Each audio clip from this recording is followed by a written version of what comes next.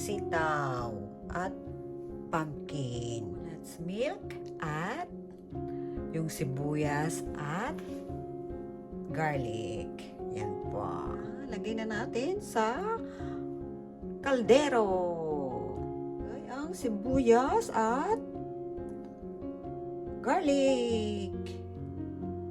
Lagyan natin ang osake para hindi malansa ang alimasag. Ayan na po. Naunahin natin yung pumpkin at saka yung leaves ng onion. Ilagay na din natin ang sitaw. Ayan na.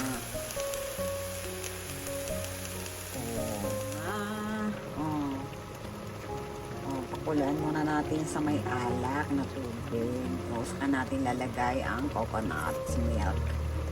Ayan na. Irimasta coconut milk. 1 lang. 1 can.